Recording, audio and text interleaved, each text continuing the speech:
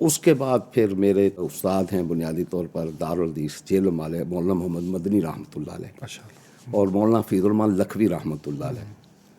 ابتدائی طور پر میں نے صرف ناف جو ہے مولانا فیض الرحمان لکھوی رحمۃ اللہ علیہ حافظہ اللہ تعالی سے پڑھی. لکھوی صاحب ادھر ہوتے تھے وہاں پہ ہی ہاں جیل میں؟ مولانا فیض الرحمان لکھوی حافظہ اللہ تعالی اس وقت ایک وہاں مدرس تھے. ان سے یہ فلسفے کی کتابیں پڑھتے تھے. یہ فارغ التحصیل تھے لکھوی صاحب حافظہ اللہ تعالی. یہ وہاں پڑھتے بھی تھے اور پھر وہاں پڑھاتے بھی تھے. تو یہ میرے استاد بھی ہیں, میرے محسن بھی ہیں.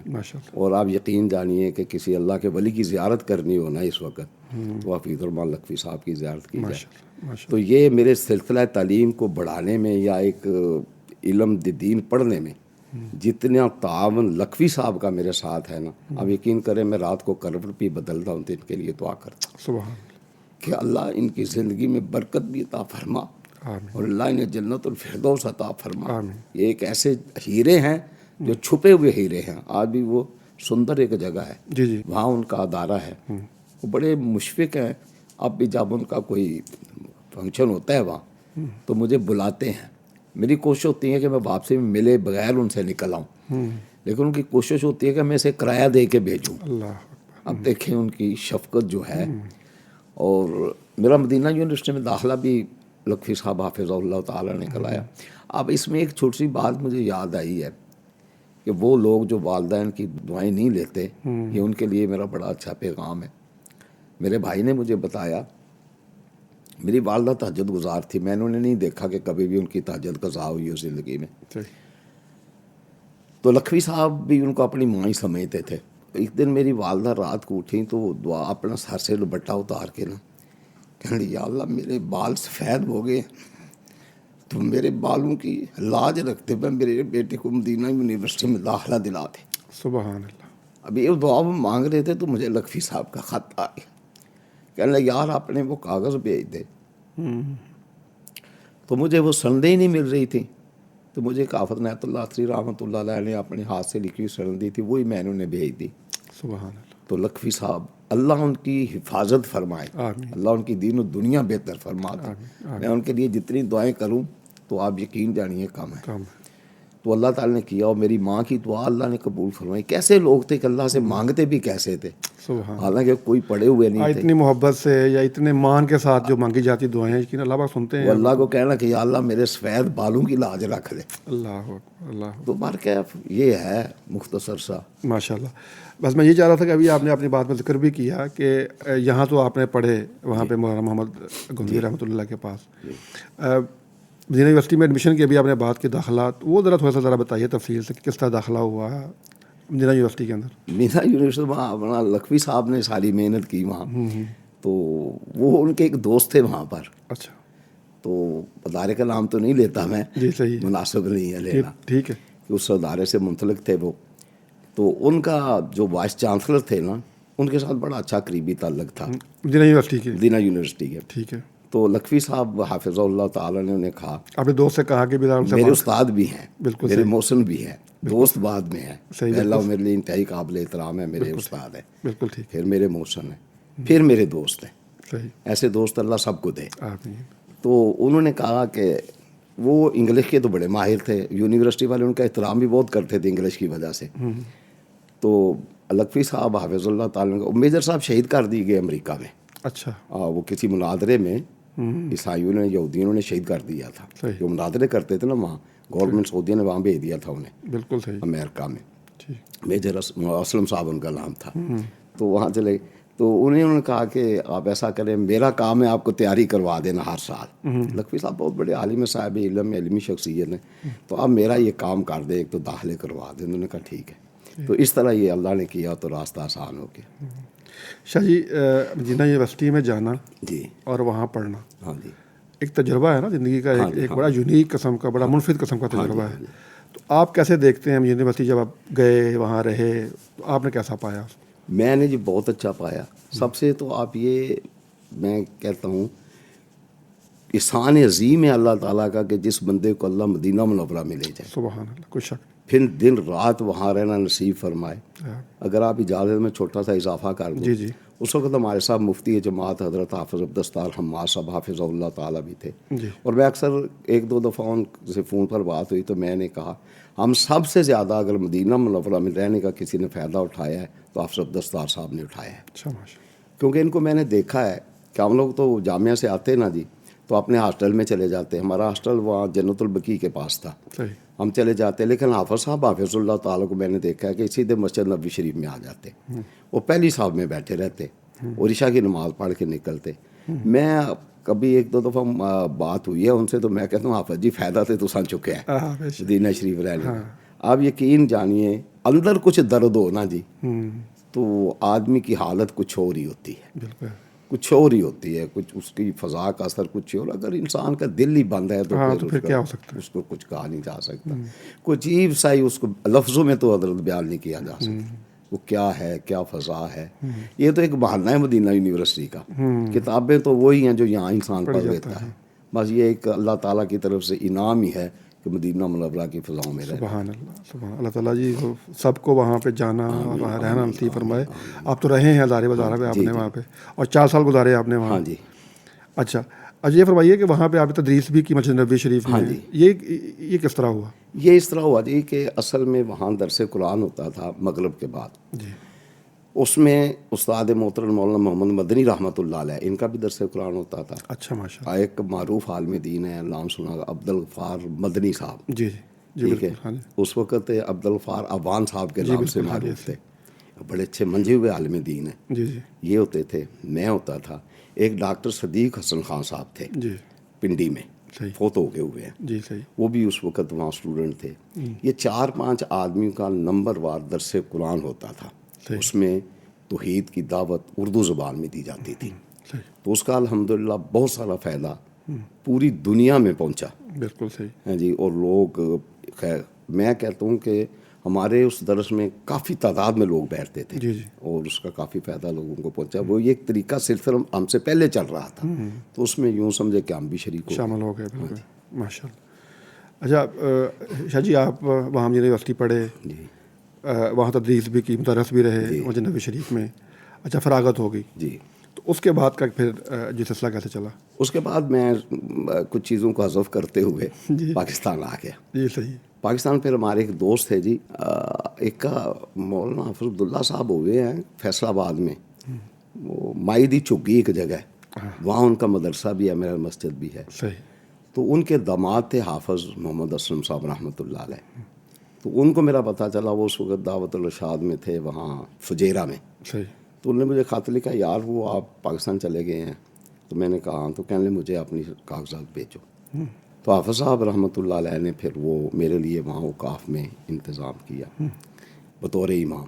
تو میں وہاں چلا گیا. تو اس کے بعد حافظ صاحب مجھے کہتے رہے یار خطابت کے لیے کیوں نہیں کوشش کرتے. تو وہ مدیر جو تھے نا جی اوقاف کے حافظ صاحب کے دوست تھے.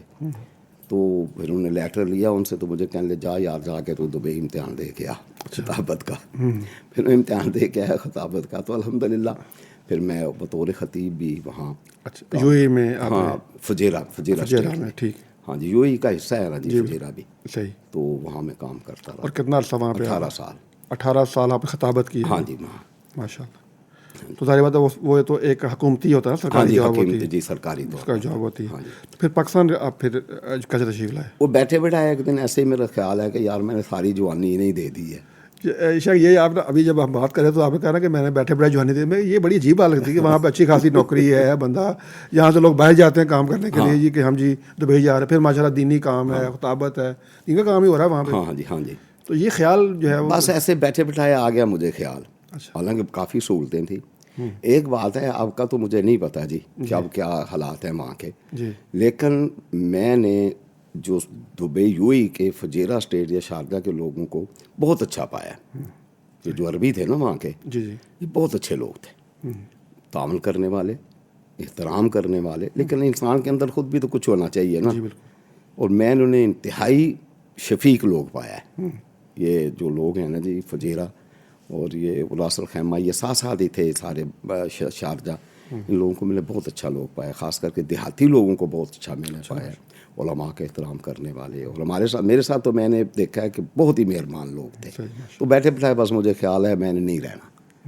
بس پھر میں نے اپنے وہ جو پیسے دیتے ہیں نا جی گورنمنٹ، نوکری ختم ہونے، وہ بھی میں نے وصول نہیں کیے. پھر اچھا، میں نے نوکری چھوڑی، ملازمت چھوڑی، حافظ اسلم صاحب کو لیٹر دے کے آ گیا، یہ جو پیسے ملیں گے نا بعد میں مجھے پاکستان بھیج دیں. اللہ اکبر، اللہ یہ ہوا جی. ماشاء اللہ. یہ محض جی بہت بڑی قربانی ہے کہ آپ جب آپ نے ایک لگی لگائی آپ کا کام ہے، جاب ہے، اچھی جاب ہے، وہ چھوڑ کے آپ آ گئے. اچھا بس ایک ذاتی سا سوال ہے، میرا خیال ہے آپ اس پہ مجھے اجازت دیں گے. عام تو جب عرب میں رہتے ہیں تو عرب میں تو شادیاں وادیاں بہت کرتے ہیں، تو آپ کو نہیں انہوں نے کوئی اس طرح کی کوئی وہاں پہ موقع دیا جو کوئی آفر کیا؟ دیکھیں بات یہ ہے کہ میں آپ کو ایک بات بتاؤں، آدمی کو بڑا عالم دین جو بھی ہو، ہم تو طالب علم ہیں، خیر یہ دعویٰ تو نہیں ہے، کوئی کر بھی نہیں سکتا کہ میں بڑا طالب علم ہوں. انسان ساری زندگی طالب علم ہی رہتا ہے. نہ کبھی ہم نے سوچا، نہ کبھی اس طرف توجہ کی.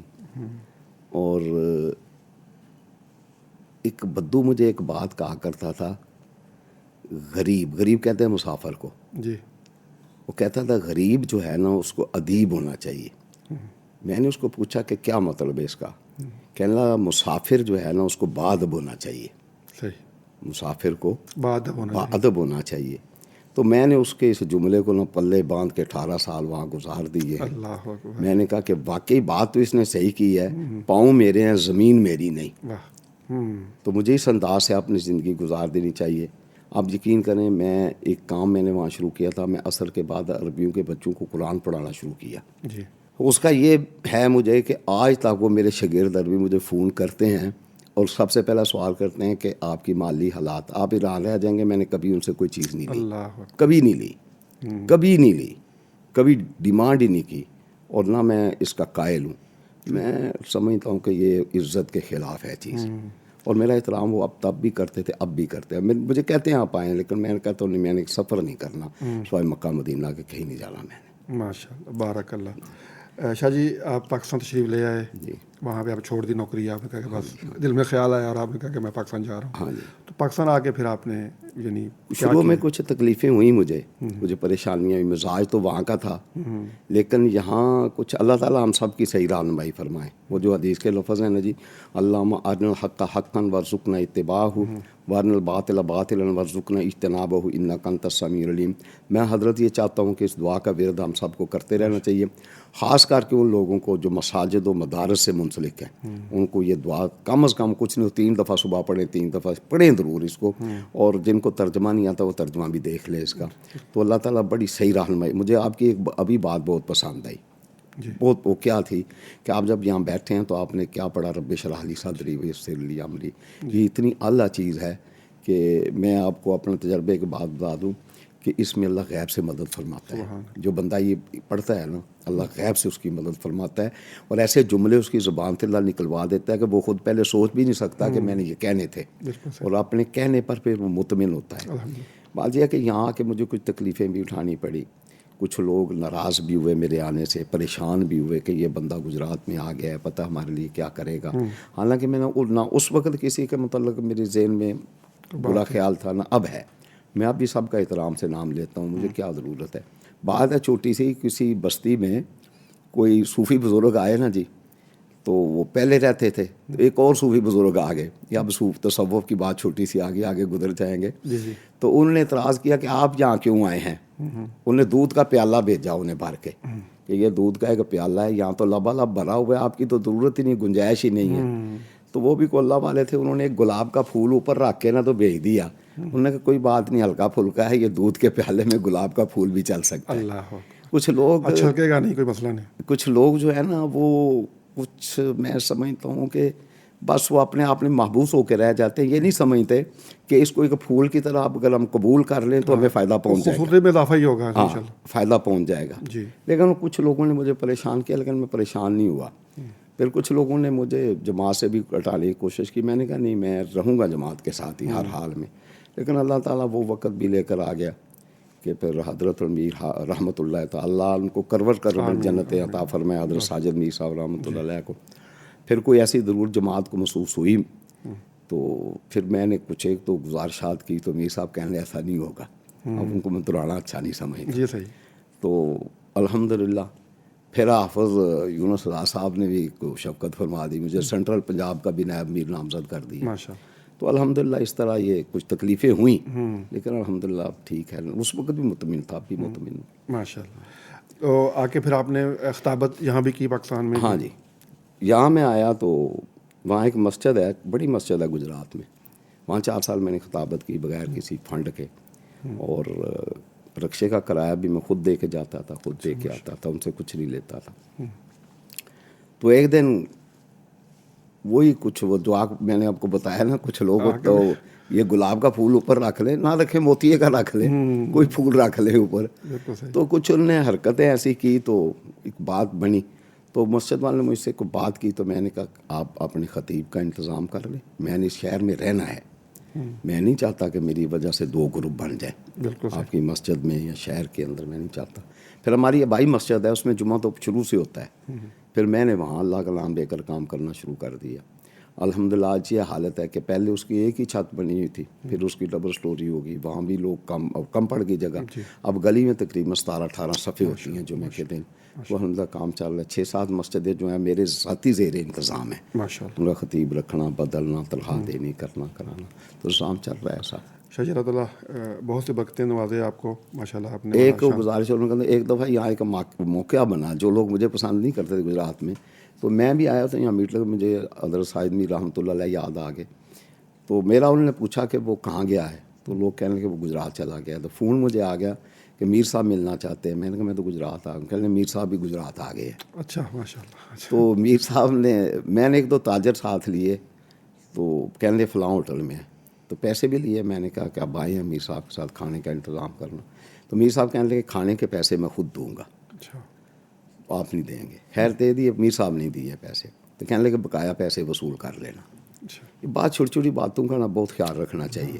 اب وہ پیسے تو میں نے وصول کر لیے بقایا جو تھے، لیکن میں نے اس بل کے اندر ان کو لپیٹ کے رکھ دیا. میں 5 مہینے 4 مہینے بعد یہاں آیا نا جی، تو وہ میں نے بل اور پیسے میر صاحب کو دے دی. میر صاحب مجھے دیکھ کے ہنسنے لگے، یہ آپ نے کیا کیا؟ میں کہا میر صاحب نے، میں ضرورت مند بھی نہیں. دوسری بات یہ ہے کہ اخلاق کے بھی منافی ہے. تو میر صاحب نے وہاں ایک بات کی، وہاں اجتماع تھا مسلم لیگ نون کا.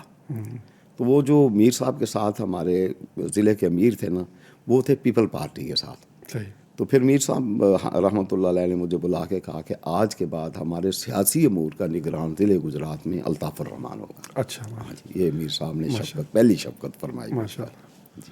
ماشاء اللہ. بہرا جی بڑی یہ سعادت کی بات ہے کہ ماشاء اللہ امیر کے آپ جو ہے نا بڑے معتمد بھی رہے ہیں ماشاء اللہ. شاہ جی ہم چاہتے ہیں تھوڑا سا نا آپ کے جو زندگی کے تجربات ہیں، مشاہدات ہیں، ماشاء اللہ عمر گزاری ہے، آپ نے سارا ایک سفر طے کیا ہے. ہم چاہ رہے ہیں کوئی نصیحت بھی فرمائیں کہ انسان دنیا میں کیسے کامیاب ہو سکتا ہے. کیا آپ سمجھتے ہیں کہ اس کے میں کہتا ہوں وابستہ رہے شجر سے امید بہار رکھ، وابستہ رہے شجر سے امید بہار رکھ. یہ دیکھیں جی، ایک تو ہے کہ ید اللہ علی الجماع، جماعت پر اللہ کا ہاتھ ہے. من شذ شذ فی النار، فی النار کا آپ ترجمہ علماء سے معذرت کے ساتھ جہنم نہ بھی کریں آپ، تو اس کا ترجمہ فتنہ کر لیں آپ. فتنہ ہو جائے گا. صحیح. ٹھیک ہے نا جی، دھوپ میں کھڑے ہو جائیں گے آپ، ہاں تکلیف میں رہیں گے. من شذ شذ فی النار، آپ اگر جماعت کو چھوڑ دیں گے تو آپ فتنے میں مبتلا ہو جائیں گے. کوئی آپ کی رہنمائی کرنے والا نہیں ملے گا آپ کو، آپ کی انگلی پکڑنے والا نہیں ملے گا آپ کو. میں کہتا ہوں ہمیں جماعت نے بہت کچھ دیا ہے، ہمیں جماعت نے بہت کچھ دیا ہے. اگر میں مدینہ یونیورسٹی پہنچا ہوں تو جماعت کا فیض ہے، جماعت کے مدارس کا فیض ہے، جماعت کے علماء کا فیض ہے، جماعت کے ان تاجروں کا فیض ہے جن لوگوں نے ہمیں پڑھایا، ہمارے پڑھانے میں سرمایہ خرچ کیا. مثال کے طور پر یہ پیغام ٹی وی ہے آپ کا، بڑے لوگ آئے، ان کے چہروں سے لوگ شناس ہوئے، لوگوں کو فائدہ بھی پہنچا. لیکن اس کا یہ مطلب نہیں ہے کہ وہ چہرہ شناسی کے بعد پیغام ٹی وی کے خلاف کام کرنا شروع کر دیں، جماعت کے خلاف کام کرنا شروع کر دیں، یا یہ سمجھ بیٹھے کہ شاید ہم اتنے بڑے ہو گئے ہیں کہ ہمارا قد کاٹ اتنا بڑا ہو گیا ہے کہ اب ہمیں کسی چیز کی ضرورت نہیں. تو میں سمجھتا ہوں وہ ید اللہ الجماع سے نکل جائیں گے اور ان کی کوئی ویلیو بھی نہیں رہے گی. چاہے وہ کتنے بڑے، چاہے میرے جیسا چھوٹا طالب علم ہو، چاہے کوئی بہت بڑا سکالر ہو. ہم کہتے کچھ نہیں ہے. بعض پچھلے دنوں میں اس کو ایسے ہی ملفوف الفاظ میں گفتگو کروں گا.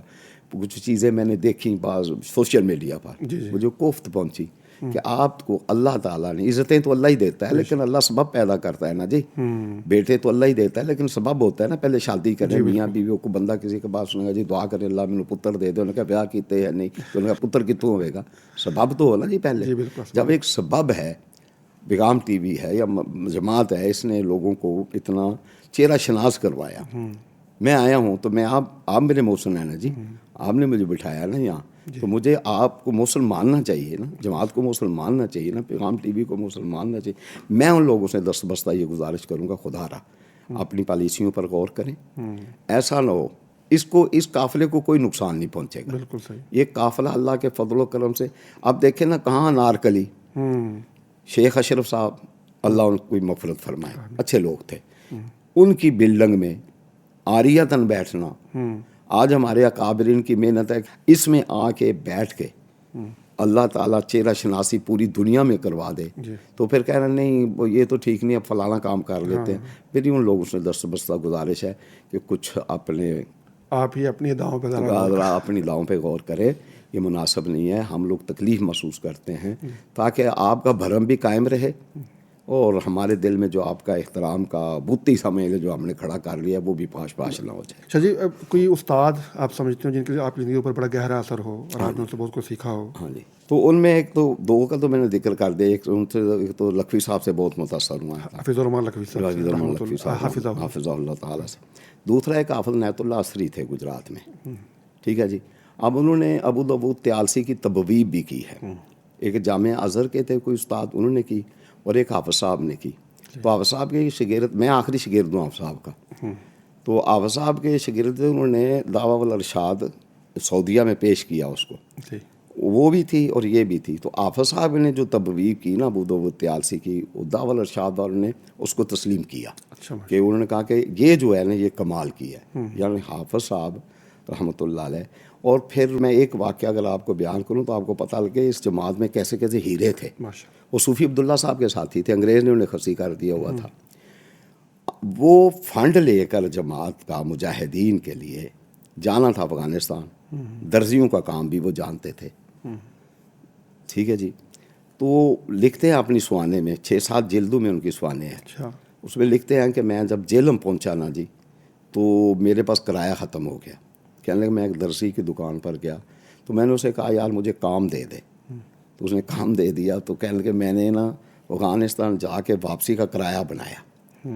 ان کے پاس سونا تھا کتنا مجاہدین کے لیے, اللہ اس میں خرچ نہیں کیا, اس کو نہیں چھیڑا.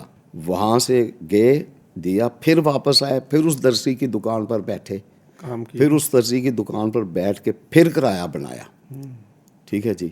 اب آپ دیکھیں, پھر جب وہ فوت ہوئے تو ان کا بھائی مشرقی مغربی پاکستان کے کسی محکمے کا ہیڈ تھا, اور حافظ صاحب لاولد تھے.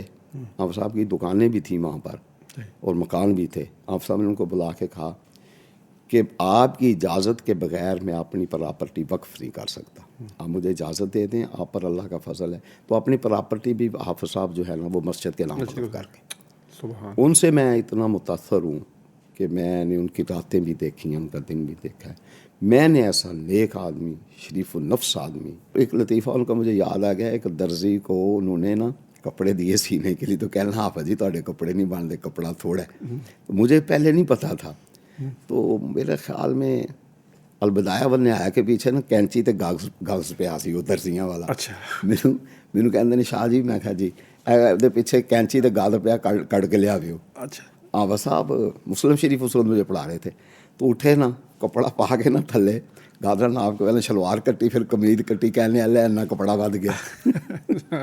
یعنی وہ ایسے لوگ تھے جی, میں ان سے بہت متاثر ہوں. اللہ تعالیٰ ان کو بھی غریب راہگری کی رحمت فرمائے. آج ان کی مسجد بھی میرے سرپرستی بھی چل رہی ہے, ماشاء اللہ. شاہ جی آپ کے ماشاء اللہ بڑی مطلب کہ اچھا لگا آپ سے بات کر کے. آپ ماشاء اللہ تشریف لائے, وقت دیا, اور آپ تاریخ ہیں ماشاء اللہ. آپ نے ایسے بڑے بزرگوں کے ساتھ آپ نے وقت گزارا ہے, ان کے ساتھ آپ نے سیکھا ہے. ہمیں بھی آپ نے بہت کچھ مستفید کیا اپنی ان باتوں سے. ہم چاہیں گے کہ آئندہ بھی آپ تشریف لائیں, ہمیں وقت دیں. آپ کا بہت شکریہ, آپ تشریف لائیں. ناظرین, آپ نے بات سنی سید الطاف الرحمان شاہ صاحب کی.